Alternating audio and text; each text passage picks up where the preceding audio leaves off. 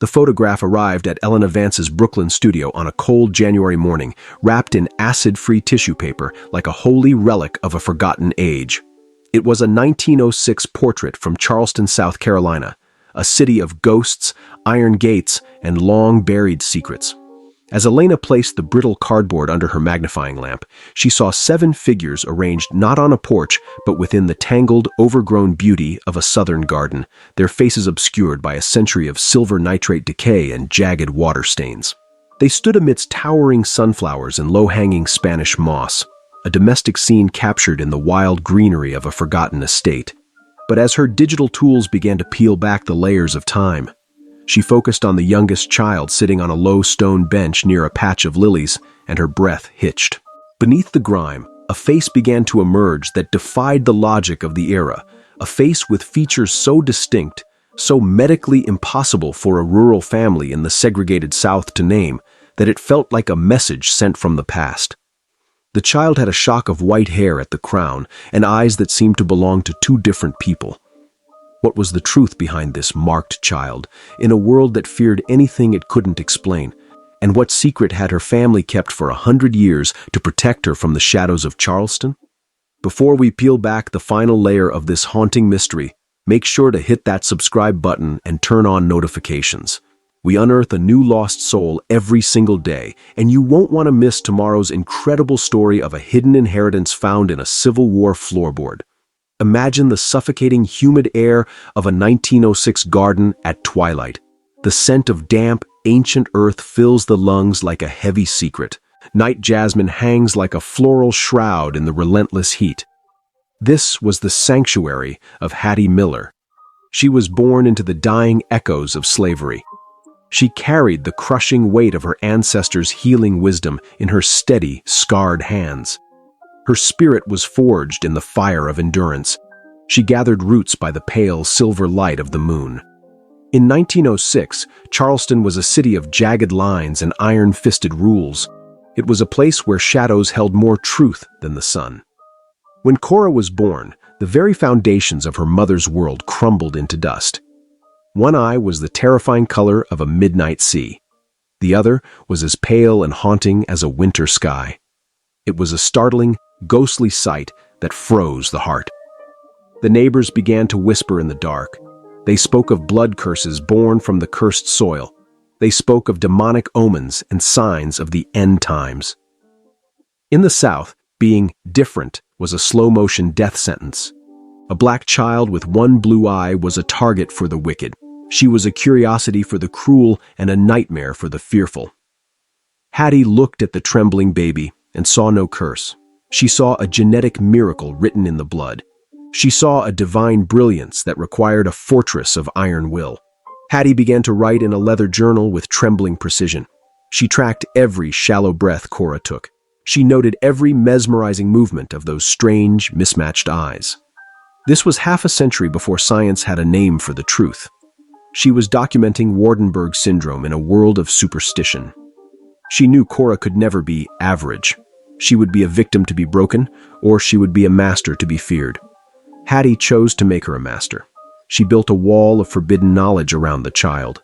She turned the garden into a sacred classroom of the soul. Every leaf and root was a desperate lesson in survival. Every shadow was a place to hide the blinding truth from the wolves. If you held a child whose very face could ignite a fire of hatred, would you have the soul-deep courage to tell her she was a masterpiece instead of a mistake? Imagine the towering, jagged stalks of sunflowers. They acted as golden, silent sentinels for the girl who lived in the light. Lydia, Cora's mother, lived her life in a state of constant weeping prayer. She hid her daughter in the tall, sharp grass like a hidden treasure. She kept her away from the prying, poisonous eyes of the street. But Hattie was always there, a shadow within the shade. She whispered the lethal secrets of medicine into the girl's hungry ears. She taught her how to read the body's silent, agonizing language of pain. She taught her that her eyes were not a burden to carry. They were a gift of double sight that the blind world lacked. Years passed in that heavy green silence. The journal grew thick with the weight of observations. It became a blueprint for a life of magnificent defiance. Hattie wasn't just teaching Cora how to mend broken skin. She was teaching her how to command a room with a single icy stare. She taught her to look her oppressors directly in the eye. She wanted Cora to inhale their fear and exhale her own power. The plan was an agonizingly slow-burn chess match against fate. It was a holy war against a society that wanted Cora erased from memory. They wanted her to remain a nameless shadow among the rotting leaves. But Hattie knew the light of justice would eventually find her. She prepared Cora for the day the garden gates would be torn down. She knew the whispers would turn into a deafening roar of judgment. She made sure Cora's voice would be the thunder that followed the lightning. She sacrificed her own peace to build a throne for Cora's spirit. She gave up her safety to ensure Cora would never have to beg for hers. It was a bond forged in the dark, bleeding soil of Charleston. It was a legacy of love hidden in a world of hate. Have you ever had to protect someone you loved by burying their greatest gift in the earth, waiting for a world that was worthy enough to see it? Imagine the cold, antiseptic white halls of Cannon Street Hospital. It is the year 1922, and the air smells of sharp lye and the bitterness of vinegar. The safety of the garden is now 1,000 miles away. Cora stood in the lobby with a spine made of tempered steel. She was no longer a hidden child trembling in the grass. She was a woman with a divine and dangerous purpose. Hattie Miller had bled for every cent to pay for this moment. 30 years of pulling life from the womb paid for this entry. Every root sold in the market and every fever broken in the dark led here. The administrators were men carved from cold, unfeeling stone. They wore white caps like crowns and dark scowls like masks. They stared at Cora's mismatched eyes with a visceral, cold disgust. They called her a freakish curiosity to her face. They said her blue eye would infect the patients with fear. They said she belonged in a traveling circus, not a healing ward. It was a clinical, calculated kind of cruelty. It was an ancient prejudice wrapped in the hollow robes of medicine. They did not want a black woman holding the power of life. They certainly did not want one who looked like a haunting spirit. But Cora did not flinch under their suffocating gaze. She spoke with the liquid grace of a queen. She used medical terms they didn't expect a colored girl to breathe. She had been trained by the greatest healer the South ever hid. She was a scholar of the human heart and the architecture of bone. She outshone every white student in that hallowed room. Her talent became a jagged, undeniable fact. The law of the time was a monster, but her skill was an iron shield. She was fighting a war of absolute competence. She was proving her angel eyes saw deeper into the truth than their hate ever could. When the world tries to slam a door in your soul because of the skin you wear, do you find the fire to stand still until the door itself melts away? The wards of the hospital were a screaming trial by fire.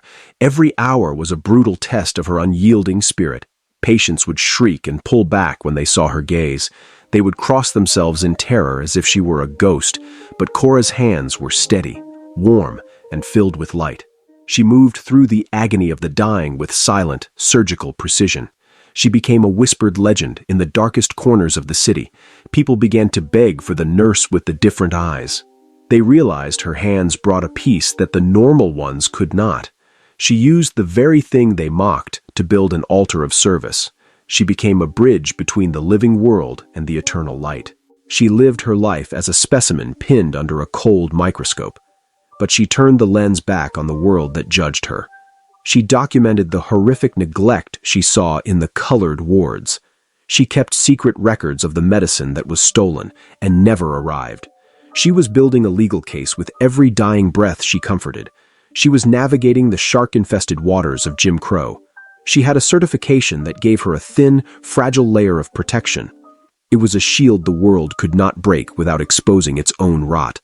But the system was a vulture watching her every single move. They were salivating, waiting for a single, tiny mistake. They wanted to strip her of her white cap and her dignity. They wanted to cast her back into the shadows of the garden. She had to be more than perfect to stay alive. She had to be a living saint just to keep her job. It was a crushing, heavy crown for a young woman to wear. But she wore it for Hattie, for Lydia, and for the ancestors. She wore it for every child born with a mark and a dream. Is it a tragedy or a triumph that some souls must be twice as pure just to be seen as human? Or does that struggle create a spirit that is immortal? Imagine the muddy, disease-ridden streets of the East Side. It is the late 1920s, and the air is a thick soup of dock salt and despair. Poverty hangs over the leaning houses like a rotting shroud. Tuberculosis was a silent, invisible thief in the night. Children shivered and cried from a hunger that ate them from within. Cora walked these broken streets with a black bag and a heart of flint. She carried hope in a bottle of tonic and mercy in her gaze. She earned a pittance, $45 a month for a queen. It was an insult to the life-saving work she performed, but she went where the white doctors feared to tread. She entered hovels where the light was a forgotten luxury. She used her angel eyes to pierce through the gloom of poverty. She saw the malnutrition, the damp rot, and the broken spirits. She saw the systemic, intentional rot of a city that didn't care. To the mothers of the East Side, she was a walking miracle. She was the only one who didn't look away from their pain. She didn't treat them like numbers in a ledger of death. She treated them like holy kin, like the survivors they were. She used her hard-earned status to demand more for them. She wrote reports that burned with the white-hot heat of the truth. She turned her nursing charts into a legal weapon against the city. She demanded clean water and fresh milk for the disposable poor. She used the laws of the health department as her sharpened sword. She exposed the lethal neglect that the officials tried to bury. She was a quiet, deadly revolutionary in a crisp, white uniform. Her revenge was the vibrant health of her forgotten people. Her victory was every black child who lived to see another sunrise. If you had the power to transform your greatest trauma into a healing balm for a broken nation, would you sacrifice your peace to do it? Could a tarnished silver pin really tilt the scales of the world? Cora's revenge was not born of fire or blood. It was born of a relentless, quiet, and terrifying persistence. She stood before the arrogant board of health. She looked them in the eyes, both of her mismatched, haunting eyes. She forced those powerful men to see her as a superior human being. She forced them to hear the names of the children they had let die. She used her flawless professional record as an impenetrable iron wall. It was a record that was untarnished by a single error. They could not find a legal reason to silence her. They could not find a way to break the woman the garden had built. She was a living, breathing testament to the power of resilience. By the 1940s, she was the very soul of the east side of Charleston. The cruel whispers of curse had become holy songs of praise. But being a living miracle is a weary and lonely life. It drains the life force from the heart and the marrow from the bone. Cora knew her time was a flickering, beautiful candle in the wind. She had poured her entire life into the gray streets of the city. She had turned her genetic mark into a towering monument of service. She had outlived Hattie's wisdom and Lydia's prayers. She was the last, weary guardian of the garden's ancient secret, but she wasn't done fighting for the light. She had one more life to pull from the jaws of the dark. She had one more truth to etch into the stone of history. She was a woman who had seen the absolute worst of mankind, yet she still reached out her hand to heal the broken world. She was a beacon in a storm that had lasted for 46 years. What is the most breathtaking thing you have ever seen a person build out of the wreckage of their own life and the hatred of others? In the end, Cora's victory wasn't found in a grand courtroom or a shouted manifesto, but in the heartbeat of a tiny, 2-month premature baby named Martha in 1949. While the official doctors at the segregated hospital turned their backs, claiming the child was too weak to survive, the nurse with angel eyes appeared at the door every single day for 6 weeks. She didn't just provide medicine. She provided the strategic care and education that empowered a mother to save her own child. She taught that mother how to regulate heat and how to feed with a dropper, lessons she had learned in the garden 40 years prior. Today, Martha stands by Cora's grave, a 74-year-old living witness to the truth that a marked child from 1906 grew up to become the savior of her people. The restoration of that old family photo didn't just reveal a genetic condition, it revealed a century-long victory of a family that refused to let their daughter be a victim. Cora died in 1952, just as the world was beginning to understand the science of her eyes. But she died knowing she had used every second of her life to prove her worth to a world that tried to deny it. She left behind a tarnished silver pin and a trail of letters that serve as a roadmap for anyone who has ever been told they don't belong, proving that the law of love is higher than the law of hate. Cora's story is a haunting reminder that the greatest revenge against injustice is a life lived with undeniable excellence and a heart that refuses to harden despite the cold.